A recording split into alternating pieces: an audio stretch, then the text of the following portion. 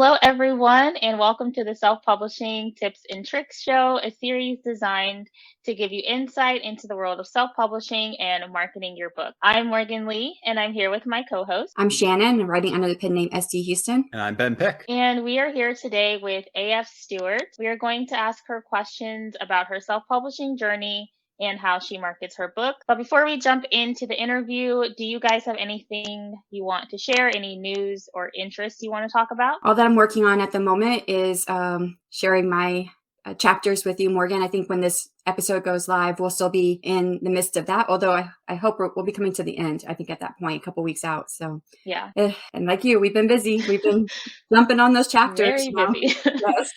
So, yep, that's all I have. Yeah, I'm also sharing my chapters with Morgan, so it's a busy month for you, I guess. And by the time this video comes out, I should be close to either my 50th or my 1-year anniversary on YouTube. So I got a couple of big things planned for that. Yay. Oh, nice. And then, yeah, for me, when this podcast goes up, I think I'll be finishing Ben's edit and getting that back to him, and then still working on my book and trying to get it out by Q2. So that's what I have going on. And now let's talk about our guest author today. A steadfast and proud sci-fi and fantasy geek, A.F. Stewart was born and raised in Nova Scotia, Canada, and still calls it home. The youngest in a family of 7 children, she always had an overly creative mind and an active imagination. She favors the dark and deadly in her writing, her genres of choice being fantasy and horror, but she has been known to venture into the light on occasion. As an indie author, she's published several novels, novellas, and story collections, with a few side trips into poetry. So let's welcome A.F. Stewart. Hi. Hello. Would you like to take a moment to kind of introduce yourself a little bit more? Okay. I'm A.F. Stewart, Anita Stewart. As the bio mentioned, I publish horror and fantasy, dark fantasy. I do mostly kind of folklore, history, mythology sort of fiction. And I write poetry, which it goes all over the place, from sci-fi, fantasy, horror, and just regular poems and stuff like that. So, and I also host 2 podcasts, Between the Pages Book Chat and Words to Kill. So, oh wow, that is a lot. People keep telling me that. Yeah. You know what? I looked at her publications. Then on top of everything she does with that, I thought it was just, there's so much that you're accomplishing. I really admire that. Yeah. So before we jump into the questions about self-publishing and marketing, can you tell us a little bit about what made you start writing in the first place? Well, I kind of always wrote stuff, poetry, short stories, everything like that. I also kind of wanted to be an artist, but that didn't work out early on when I was younger. And I just decided, well, I want to do something creative, so we'll try writing. And I submitted a few short stories here and there to a couple of magazines, tried my hand at a Harlequin romance, which I shall never talk about, and kind of stumbled into the self-publishing world as a sort of a test to see whether I would be any good as a writer. That's kind of how I started. Great. Awesome. So we're going to transition from that to talking about the first piece you ever published. Was that the Harlequin romance one? Or no. The Harlequin romance did not get accepted as well. It should not have been accepted. Okay. Yes. Yeah. I don't write romance. I cannot write romance. I'm not very good at it. So yeah, the Harlequin romance was just an attempt to make money. Really, it's just like, oh, that's popular. Let's try it. You know. So, what was the very first piece of work you ever published in, and then how did you take that first step to self-publishing? I had decided originally, because this was like way back in the early 2000s, to try the traditional route because that's what you did back then. So I got the big, thick books that you used to get from the library with all the magazine listings, and did my research, and I was going to try short stories, toss a few out to magazines, stuff like that. And I did a couple of them, got the early rejections like you do when you're starting out and you have no idea what you're doing. And then I stumbled on a site called lulu.com, which is still around, although not as good as it used to be. They were offering the chance to self-publish your books in print because ebook was not around. It was just starting out at this time. There wasn't even an Amazon or KDP at that point. So I thought, well, that sounds like an interesting idea. I'll put a book of poetry, which was Tears of Poetry, which is still available on lulu.com. And I'll just test it out and see what happens. So I did that.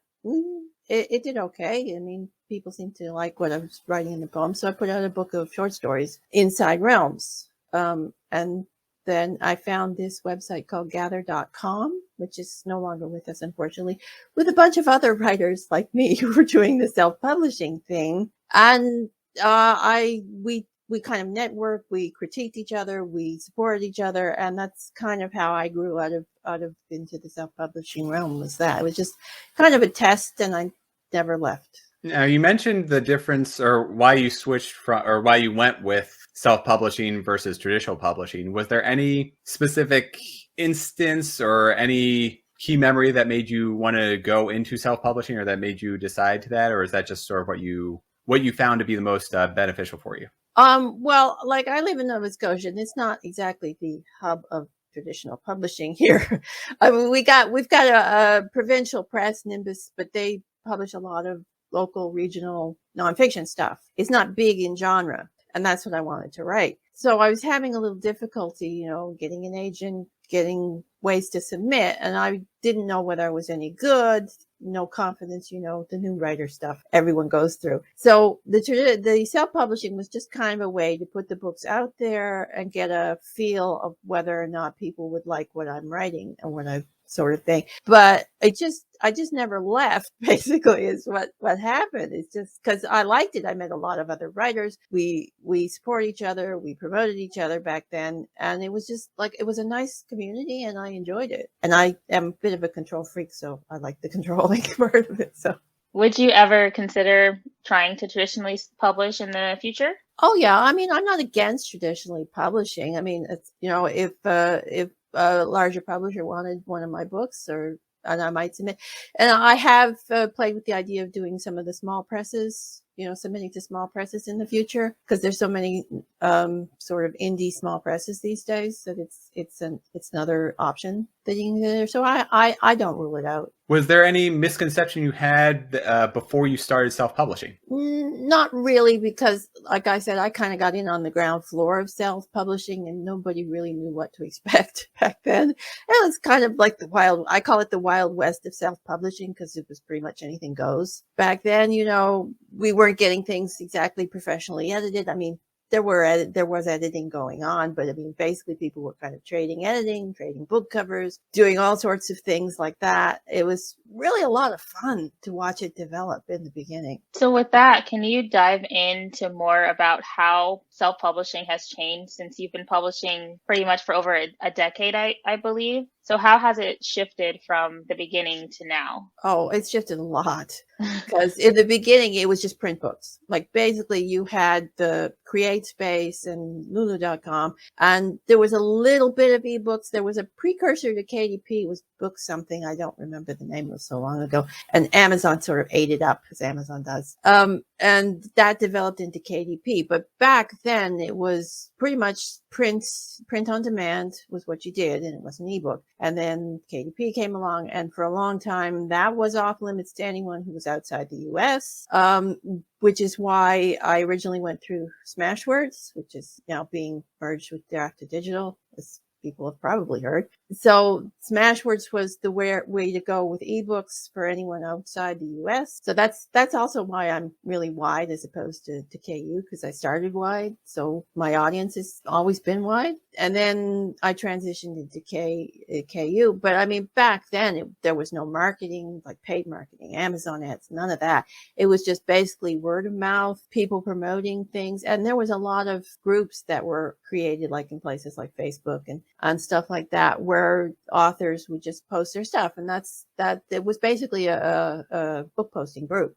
I mean, they've kind of all died out because people got kind of tired of that, because, it's just sort of nothing else was posted in those groups at some point. It was just all books. But nobody was engaging or discussing. So a lot of that just kind of died away. And there was a lot of social media was a lot more prevalent in selling books back then, which it is not so much anymore. And the paid advertising was pretty much unheard of when I started out. And that's pretty much what you got to do these days if you want to sell books. So, yeah, it's changed quite a bit. And then there's some, professional book covers were not so prevalent back then as well, because basically everyone was kind of doing their own thing, creating their own covers. Yeah. And if you want to see some of the early covers that I created, which are terrible, you can go onto Goodreads because they're still there. And you can see how I've transitioned from really, really bad book covers to the ones I do now. So Yeah, Goodreads keeps a history of all of it, so Yeah, it does. you can see all of it on there. I get a good laugh out of it.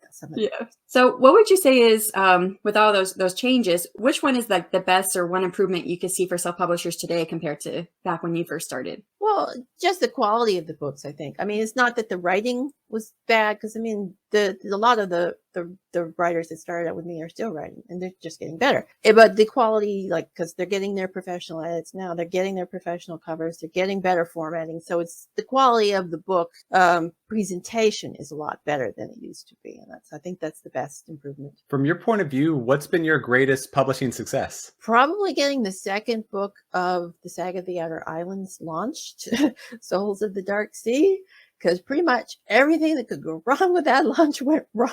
The editor delayed, the editing got delayed by several weeks, so I had to push the launch date back. During the launch, Amazon killed CreateSpace, so I had to do the KDP print to do the print book, and then Amazon removed the print book from their site. And I had to get them to put it back up, because I had made an inquiry about why the proof was visible on Google search, because I thought that was odd. And they, for some reason, took that as a request to take the book down. And yeah, they actually called me to apologize for that mistake, though, which was nice. So You probably wouldn't get that apology today. no, but that was just the whole launch. Just everything went wrong on that launch. Yeah, so that's the thing I'm most proud of. That I got it up, got it launched, and actually didn't have a nervous breakdown. So Well, that is always good. Good. So, what has been your least favorite part about your publishing journey so far? oh yeah, it's got to be the marketing. I mean, yeah, because I mean, it's like, I mean, yeah, you just got to learn everything from the ground up. If you don't have a marketing degree and you have no clue what you're doing and what works and what's not. But I mean, yeah, so I mean, I've pretty much tried everything under the sun, but I finally got a system in place, so it's a little easier, I hope. But yeah, it's the marketing. It's always the number one problem. Sorry, I'm throwing this in there. Would you ever consider working with others on their marketing plan? Probably not, because I have no confidence in my marketing skills. Okay. I didn't know. When you said you kind of had one down, but it's probably what works for you and your... Yeah, it's like, I mean, I have enough confidence to do it for my books, but I'm not sure I'd want to trust my skills. I mean, I might give advice here and there for people, to avoid my mistake, sort of advice, but I'm not sure I'd actually want to take responsibility for someone else's marketing. No. So that kind of segues into the question I was supposed to ask, which is, are you comfortable discussing any publishing missteps or things that you would have liked to have done differently? Oh, I've done so many things wrong. Right? Yeah, it's like, yeah, I mean, you try things and they don't work. You like some of my first books that are still out there, they've been kind of edited, but they're not the best editing job in the world. So yeah, they probably should be redone at some point. The formatting is like, yeah, I've improved the formatting over the years, but some of the formatting is not as good as it should be. And I keep forgetting to do the proper back matter in my books, which I know what to do, right? But it's like, yeah, I forgot that. I got to go and update all the back list and it's just things just, you know what to do. It's just, you don't do them. So, because you've got other things to do. So there's a lot of things that I've done wrong that I should do better. So it took me to last week to realize I should have updated the back matter of my first book with my second book, and I didn't do that. Yeah, that's exactly. It's like, I think I have an old website in a couple of my early books that doesn't even exist anymore. So yeah. With that in mind, is there anything that you would recommend a newly published author to do from the moment they hit publish on that first book? Don't expect a lot of sales. I mean, keep your expectations low is what I'd say. Because I mean, you might get it, and hopefully you get it, but it's not going to be an easy journey to get to the bestseller tag or the sales or whatever you want. So keep your expectations low and just work it and research. Do your research. That's the one good thing you should do, is do your research and keep doing your research, because things change. Even from year to year, things change. Sometimes this marketing works and sometimes it dies away. And so keep current. Yeah, I think that's really good advice because it changes so drastically. So yeah, it's definitely hard to keep up with everything. So you mentioned before that you created your own book covers. So do you do all of your book covers now? And do you ever do any for other authors? Yeah, I do all my book covers. There's the latest one I did for my poetry book. But yeah, and I do have a pre-made site of book covers that people can purchase, and I do custom covers as well for people. I'm trying to target people who are on low marketing budgets, who can't really afford the professional covers. I do recommend to people, if you can afford to go get a professional artist to do your book cover, to go and get it done. I mean, but if you can't, there are places like my site, and there's other sites, pre-made sites out there. So yeah, I've done a few covers for other people, and I've do my own on my own these days. So. And we'll definitely get that link to your pre-made covers into the show notes for everybody if they want to go check them out. What type of research and considerations do you tackle before designing a book cover? Well, the main consideration you have to have is genre, because your book cover has to fit into whatever genre you're writing it. Like I mean, you don't want spaceships on a fantasy cover or something like that. And another consideration most people don't think about is color, because there's certain colors that fit certain genres. Like for horror, red and black are good.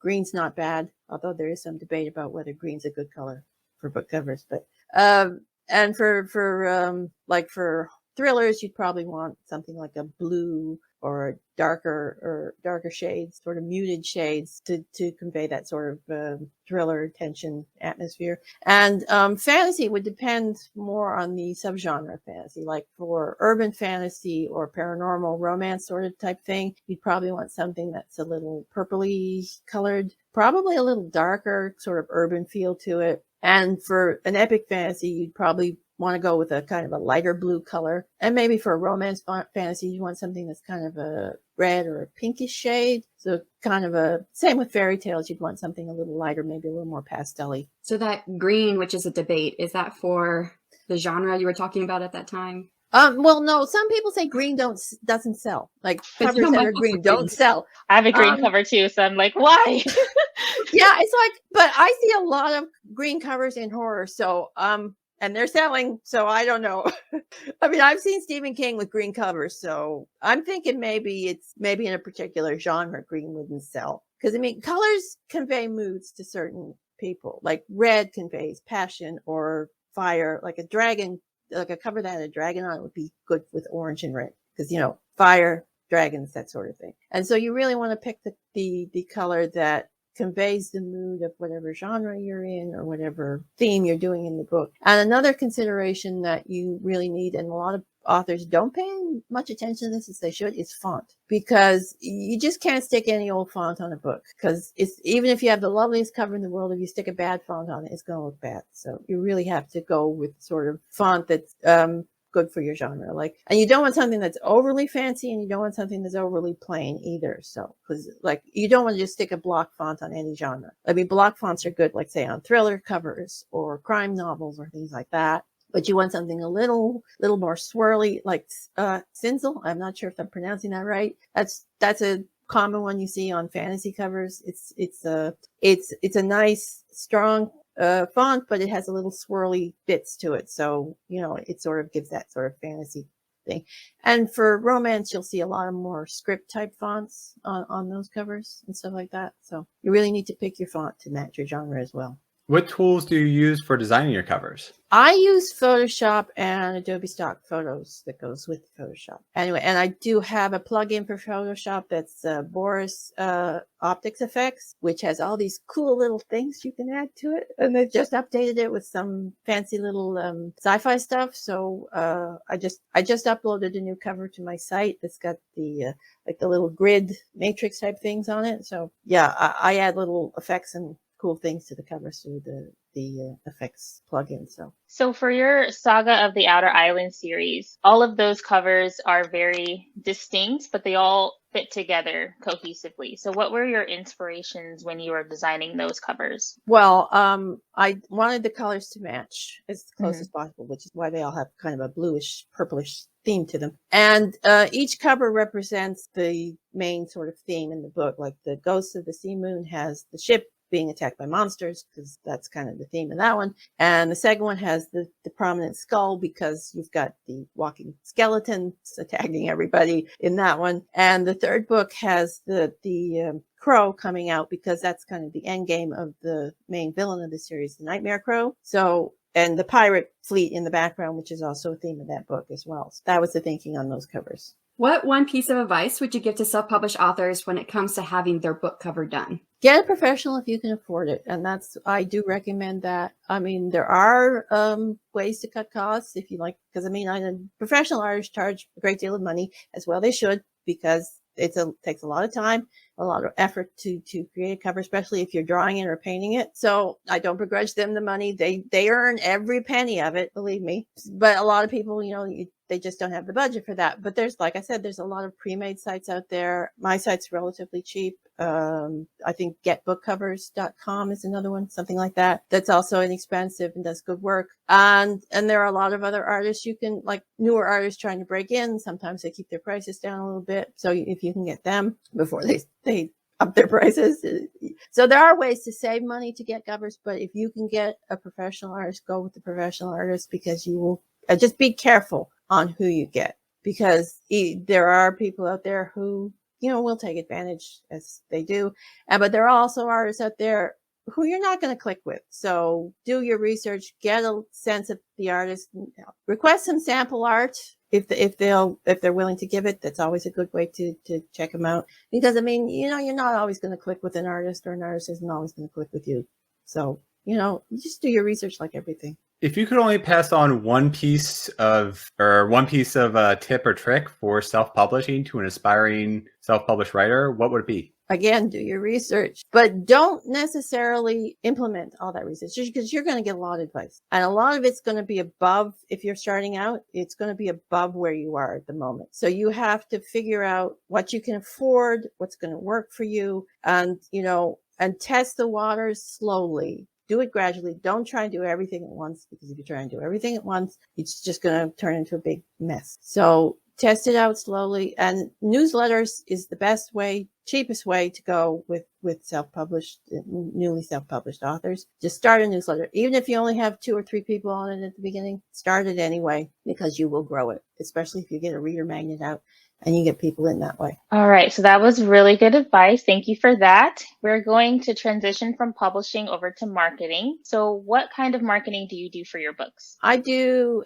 Amazon ads, definitely. I've done some BookBub ads. I'm still working on getting the kinks out of the BookBub ads, because they're a little more tricky than doing the Amazon stuff. And I do the launch checklist, newsletters, the book promos, all that good stuff that you do. And I do the newsletter. I do a monthly newsletter. I do it in 2 parts. First part is my stuff, where I give everyone the updates and what's up, what's going on. And then the second part is I dedicate that entirely to the newsletter swaps and the group promos I do on Story Origin. And so, because that way I can include more people in my thing, and I can help out a few people a little more easily than if I just stuffed it into one newsletter. And my subscribers seem to like it, so I'm sticking with it for now. And I also do a lot of engagement on Facebook as well, because I have a reader group over there, so I keep them all updated, and I do some silly things, and I post the book covers when I get them up. They usually get first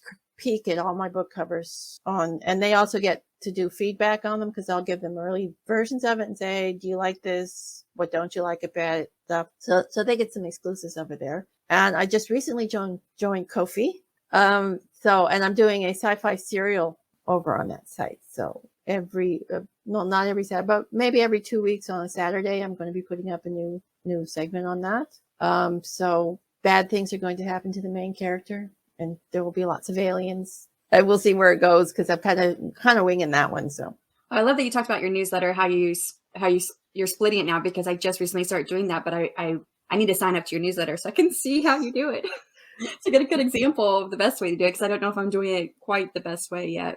So what type of marketing would you suggest for marketing on a budget? Because I know this is something you've talked about in some of your YouTube videos. Yeah, well, newsletter is the easiest and cheapest way, because depending on which site you go with, MailChimp or MailerLite, you can either get up to 2,000 subscribers free or 1,000 subscribers free before you have to pay for it. And generally for first-time authors, that's a quick way to do no-cost marketing. And the best way to get subscribers is through a reader magnet. Now, you can join something like BookFunnel, Story Origin, Prolific Works, whatever, to upload your reader magnet. And they are, with the exception of BookFunnel, Story Origin and Prolific Works have a free thing where you can upload a reader magnet. You cannot integrate your newsletter on the free plan, but you can have the reader magnet, host it there, and use the link for the hosting, so people can still download from there. And you can use, I know MailChimp has a landing page. I think MailerLite does as well, where you can set up a landing page for your newsletter and reader magnet.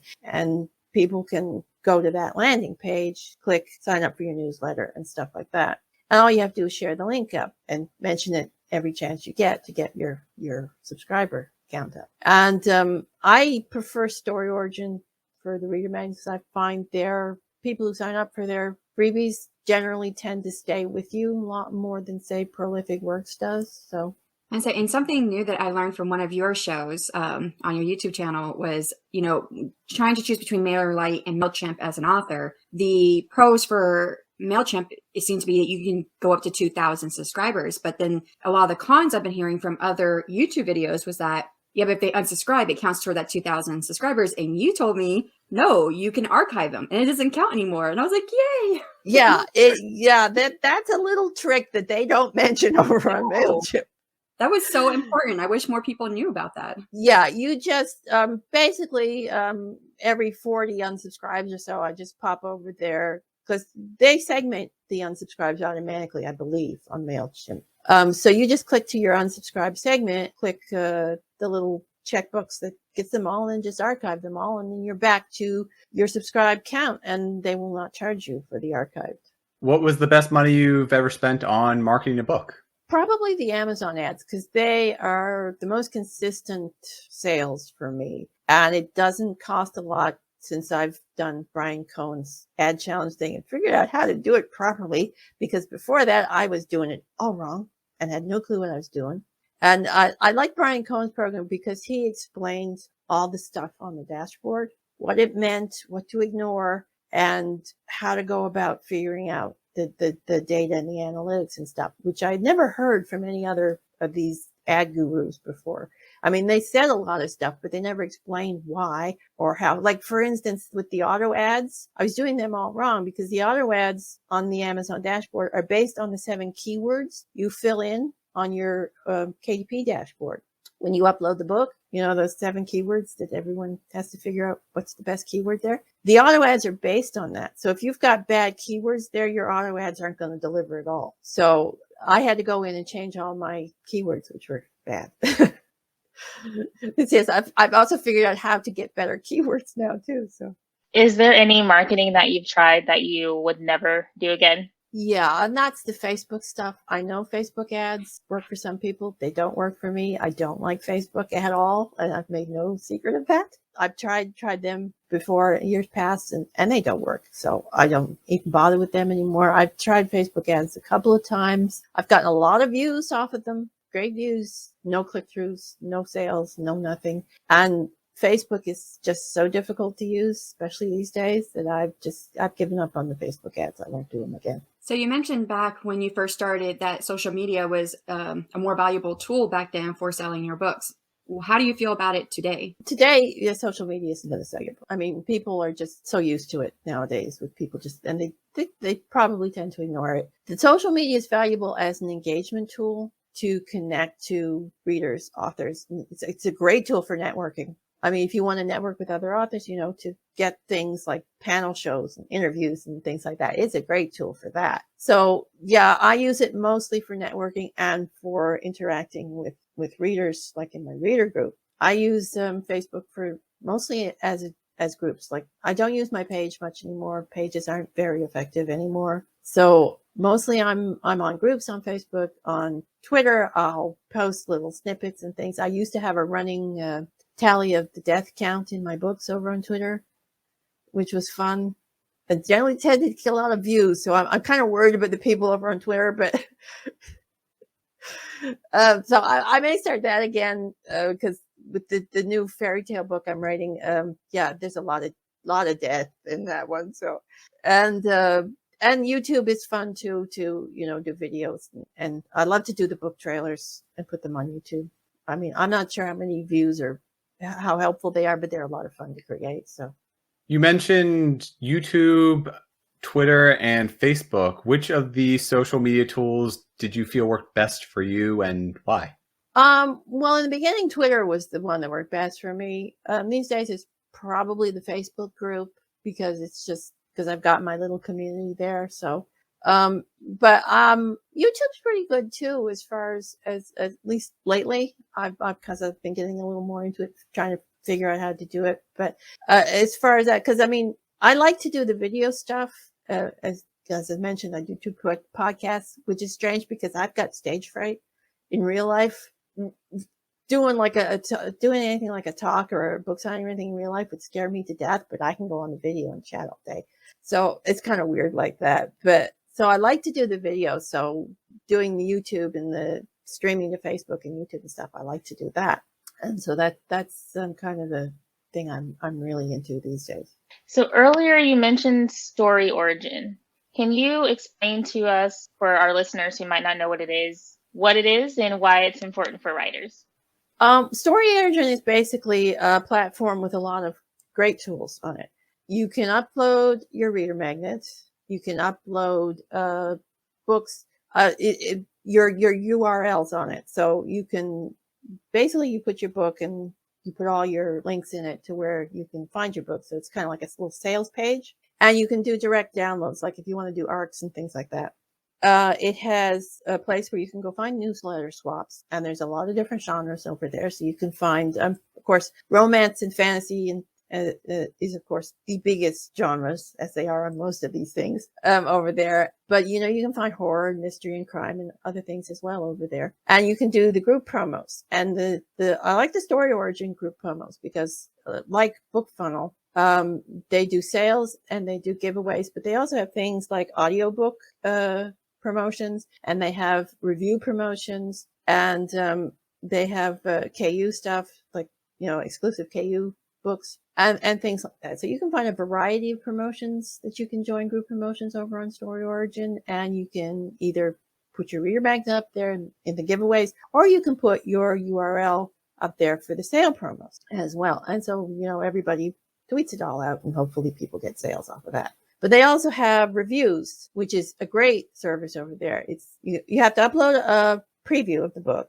So you will have to make like a little sample preview, 2 or 3 chapters. And then you upload your book, and then you offer it to the people the readers on Story Origin for review. And you can tweet out the link, this book, you want to review the book, there it is. It's a good thing, put in your newsletter, stuff like that. And they also have, not only do they have like the ebooks you can review, but they also have audiobooks. So if you have giveaway codes from either Find Your Way Voices or from ACX, you can do review things for your audiobooks. And I got all my reviews on Ghost of the Sea Moon, which is over 20 now, and most of them are audiobook reviews that I got off of Story Origin. So I'm really happy about that. I did really well with it, and people seem to like the audiobook, which I'm glad of, because that was kind of an odd thing, because I originally wanted a male narrator, because it's a guys on a ship sort of book. But I found a female narrator to do it, and it works wonderfully. It was a bit of a surprise, but it works wonderfully. And people have been commenting, surprised it's a female narrator, but I love it. So, but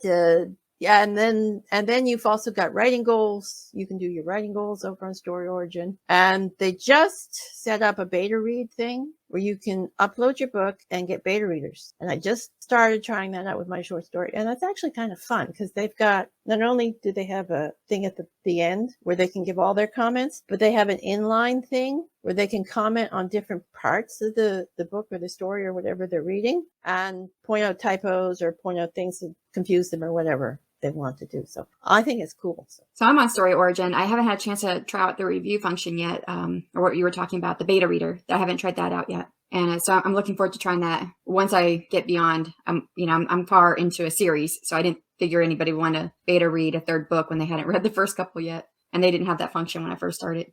Yeah, it's a pretty new function. I think they only put it up in the last few months. So yeah. So there seems like an infinite number of resources and tips out there. How do you funnel all down to find what's useful for you? Well, basically, I funnel it down into what I can afford, because, if you can't afford marketing, you're not going to make a profit or at least break even. So I funnel it down into what can I afford? And so it's like when I'm doing, like when I'm doing the promo newsletters, instead of like say 7, I might go and do 5, or I might do 3, depending on what I'm doing. And for some books, I don't do a lot of marketing, because like for the poetry books, I don't do an awful lot of marketing, because poetry is kind of a limited market to begin with. So it's really not worth the effort to put a whole ton of money behind the poetry books. And poetry is just for fun, really, for me. So I don't do a lot of marketing with the poetry books. And it kind of depends on the genre too. It's like with the fantasy books, you're probably going to have to do more marketing, because the competition and the quantity of the fantasy books out there are so much. But with the horror books, I can do a lot more grassroots marketing, because I'm got the more familiar with the horror community, and there's I'm not going to say there's less competition, because there's a lot of good horror writers out there, but I think they're a little more willing to help authors out. It's not so much that the fantasy authors are not willing to help authors out, is that just there's so much out there that they don't really have the chance to do it as much as, say, with the horror community. What is your best marketing tip or trick? Find what works for you, and find what's comfortable for you is the best thing. And to utilize it, and always and don't slack off on the marketing, because you just can't put something out there and hope that it's going to be. You have to keep marketing, continually keep marketing, and don't be afraid to market your backlist, because I know a lot of authors think because they haven't put something out recently that they don't have to market, or that they don't know how to market. Market your backlist, because there are readers out there who have not read your backlist yet. So don't be afraid to market the backlist. Just, every so often toss a backlist out there, and somebody might buy it, like it, and keep reading the rest of your list. So.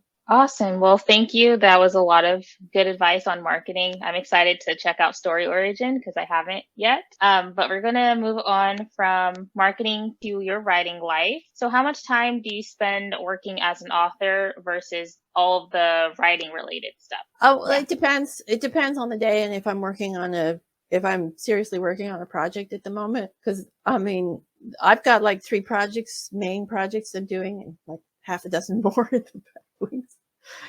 But usually I spend the mornings going through the emails, doing the networking, doing whatever I have to do for the day, marketing stuff. And in the afternoon, I sort of work on writing stuff. And I do a lot of flash fiction and things for a couple of blogs as well. So I'm generally working on those stories sometime during the month. And I do my Drabble Wednesday thing once a week, or at least semi once a week, because I didn't get it done this week because of different things that happen. So I'm usually working on a little bit of writing every day. I don't have like a set time to write, because sometimes I think I'm done for writing, and then my little muse will whisper in my ear around midnight, and I'm writing a page of whatever it is. So it's like the muse is annoying. So what kind of goals do you set for yourself when it comes to your writing? Do you set like, I'm going to write X amount of words a year, or I'm going to write 2 books, or how do you set up your writing life? Generally it's by project. It's like, I want to finish this project approximately by that time,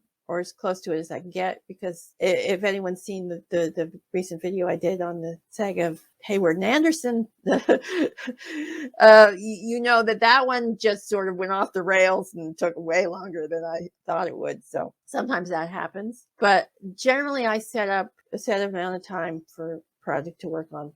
Do this, either finish the first draft in this amount of time, or edit with this amount of time, and go on to the next thing. And I'm usually working on several projects at the same time. Like this year I'm working on the Hayward and Anderson story series, and the Fairy Tales and Nightmare series, and my horror novellas. So they all have like a set time, and somewhere in there I may stick the historic fantasy series I've been working on for a while in there, try and get the first draft finished on that. But yeah, so like the Hayward and Anderson, I'm hoping to have that at the editor by April. And the Fairy Tale one, I'm kind of working on the editing as I go all year, and hopefully for an end of the year release on that as well. For your stories, what comes first, the characters, settings, or plot? The idea generally comes first, and then the main character, and then the ending. Because I always know how it ends, at least a vague idea of how it's going to end before I write anything. Because generally I need to know if someone's going to die.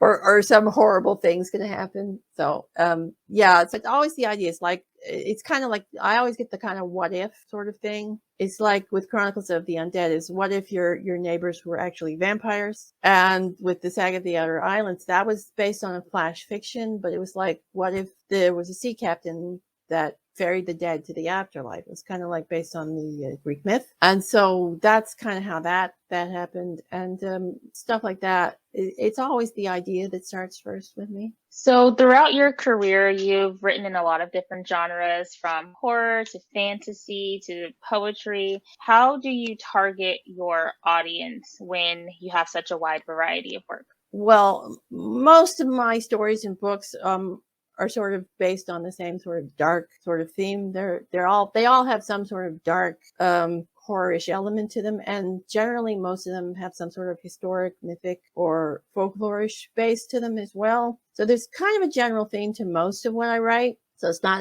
as hard to target as one might think with the diversity of it. And the hardest, I think, the mashup I did was the fairy tale fusion one, where I actually mashed up noir detective and fairy tales. That was also very fun to write. But yeah, that was probably the hardest one to target, I think, because that was also humorous. So it was like, yeah, but people seem to enjoy that one, that they read it, that they like the humor in it. So, but that's kind of the way I market. It's like dark fiction is sort of my brand.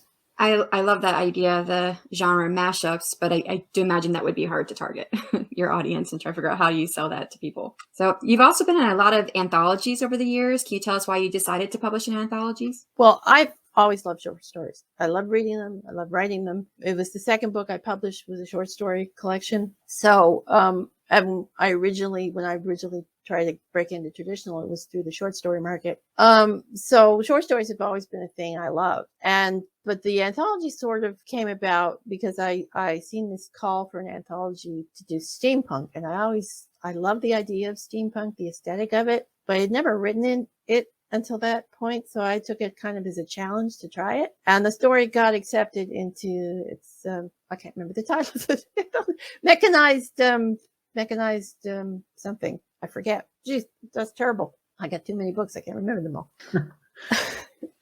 But that's the first anthology I did, was the Mechanized Masterpieces. That's it. And it was basically the premise of the anthology was to take a piece of classic fiction, like I used Charles Dickens' Christmas Carol. Take a character or a situation and write a steampunk story based on that character. And I took the obscure character of Scrooge's nephew Fred and turned him into a steampunk James Bond. And that was fun story to write. That was the first one I did. And I did a couple of charity anthologies after that because I liked the cause and I wanted to be a part of it. So that's how I got into the Christmas Lights charity anthologies. I've done I've done all of them except for the first two, because that was invite only, and I didn't get invited to write for them until Christmas Lights 3. But I've done them all up until then. So, and they're always fun stories to write, the Christmas themed ones. Can you tell us how that process works to publish in an anthology with other authors? Like, how are the writers found? Who does the marketing? And how are the proceeds handled? Generally, anthologies are run by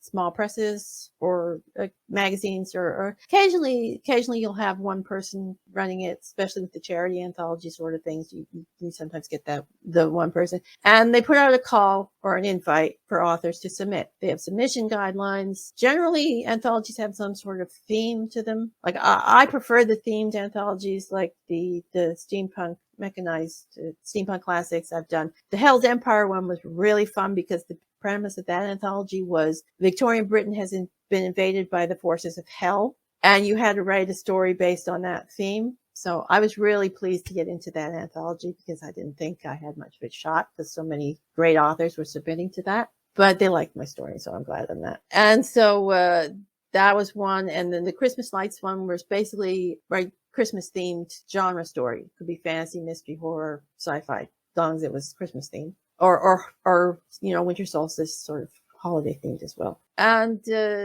like the abandoned anthology was basically right on the theme of something abandoned, lost, stuff like that. And then there's the steampunk cogs and carriages ones. That was basically the theme was kind of steampunk adventure. And the fairy tale punk one was, steampunk, a fairy tale. So that was fun. And again, I did another fairy tale one as well, where I did a sequel to The Six Swans, because I love that fairy tale, but it always bothered me that the poor sixth brother ended up with a swan wing because she couldn't finish the shirt. So I did a sequel as to what life was like for the guy after, with an arm and a wing, and how he went about getting rid of the wings. So, and that was a steampunk one as well. So that was fun. So what was your experience like with publishing with so many authors? It's good because you submit, you get edited, but you also have a lot of interaction with the other authors. If you've got like with the small presses, it generally there's kind of like a group marketing effort as well. So,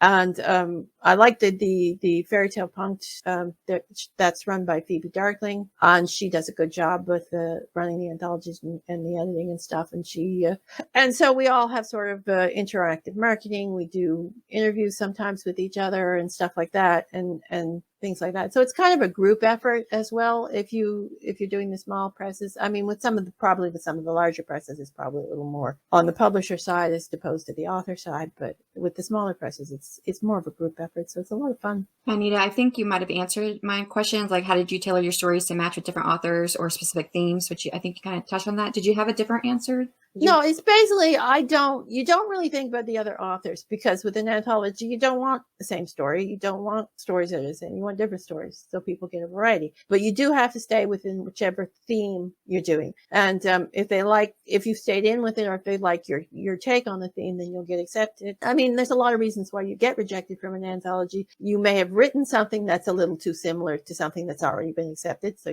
they don't want stories that are the same in an anthology. They want different stories. So that might be a rejection, or it may not have been as quite to the theme as what they were looking for, because they can only give you so much advice on how to write the story in the submission guidelines. So you kind of have to interpret it as you will, and sometimes your interpretation doesn't fit with the publishers. It's just the business. It's not a personal thing, and maybe your style of writing isn't something that clicks with the publishers, and that could be a rejection. But I mean, you just have to go with your interpretation of the theme as you see fit, and if it fits the publisher's vision and they like it, you get accepted. If it doesn't, you get rejected and you move on. And you can submit the story to another magazine if it fits something they want, or you can publish it yourself, like I do. A lot of my rejected stories have ended up in some of my collections. So I mean, it's kind of a win-win actually. So with the last few questions, we're going to go for some really, really difficult ones. So what is your favorite story to have written and why? I think the favorite story I've written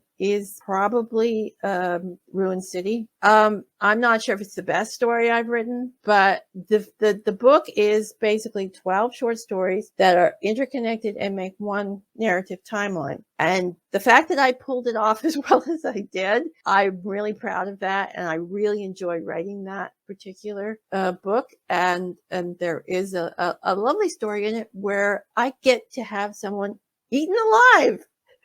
So that was fun to write, I tell you. So I think that's kind of my favorite book. I mean, it's probably not the best thing I've written, but it is my favorite. And then, so what is your least favorite of your work so far, and why? It's probably Gothic Cavalcade. I mean, it's not a bad book, but that was my misguided attempt at writing a paranormal romance. And apparently, as I said, I don't write romance very well, so it turned into a horror story with a sex scene. And I am planning on redoing that one because I want to include it in a series, because I like the concept of it, because it's basically this mystic sort of carnival thing that takes in strays and there's stuff involved. And so I'd like to do a whole series of standalone novellas of the people they help. And so I'm probably going to rewrite Gothic Cavalcade and expand it a little bit into a slightly longer book and a slightly better book on eventually. But I mean, that's probably the least favorite of the ones I've written. And so you've talked about a lot of the works you're currently working on, multiple projects at one time. So which one of those are going to come out next? The Hayward and Anderson short stories the ones that are going to come up next. Because the first story on that is finished. It's up in beta reading. As soon as the beta readers get through with it, I'm going to send it off to the editor and the first story will be published. And hopefully the second story will be finished because I still have to finish writing the second story and get that up on the beta. But so that one will probably, the first story will probably be out in April. The next thing that will be out will probably be fairy tales. I may get a few more Hayward and Anderson stories up this year. Depends on how they go. The next thing that will be published is the Fairy Tales and Nightmares because that's done. I just have to get the editing finished on that and then get that off to the professional editor. Cover's finished on that one and I can't wait to show it off. So that's going to help get it edited. Because I really did a good job on that cover and I really like it. But so that, and I really like the book too because that book was fun to write because it's basically I'm taking 9 fairy tales, doing a horror spin and a historic spin on them. And I've got like the Snow White ones turned into feudal Japan. And it's basically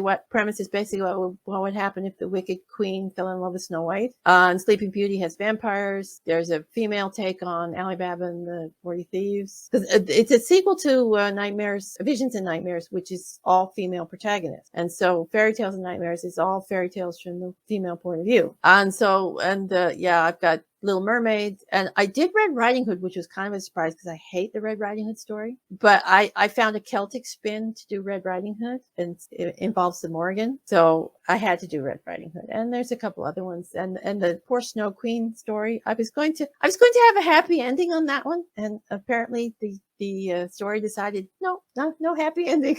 All right. So thank you so much. You've answered all of our questions. Before we wrap up, can you please tell our listeners where they can find you and purchase your books? Okay. You can find me, most of everything I do on my website, which is afstewart.da. And you can find all my books wide, Amazon, Kobo. Visions and Nightmares is not wide. It's still only on Amazon at the moment. It was in KU, but now it's out, but I haven't put it up wide yet, but that will be coming soon. And every other book you can find on Kobo, Barnes & Noble, Amazon. My audiobook is on Google Play, and as well as the other audio sites. Saga of the Outer Islands is wide. Everything's wide. And that's the poetry book. That's my latest one. That's Chronicles of the Undead, which is one of my first books, but still getting good reviews, by the way. So I'm proud of that one. And that's the Visions and Nightmares, which will soon have the sequel, the Fairy Tales and Nightmares. So basically, I'm everywhere. I'm on Twitter, Instagram. You can find me on Facebook on my group, AF Stewart's Minions, YouTube, Ko-fi, pretty much everywhere these days. So. All right. Well, thank you so much again for joining us today and giving us all of your experience and insight. It was such a pleasure having you. And I just wanted to say another thank you to our listeners and viewers. April 1st, we will have M.M. Ward, who walks in the penumbra, a space of partial illumination between the shadow and the light, as she tells stories about overcoming and succumbing to tragedies of life. So that's all we have for you today. So goodbye, everyone. Bye. Bye.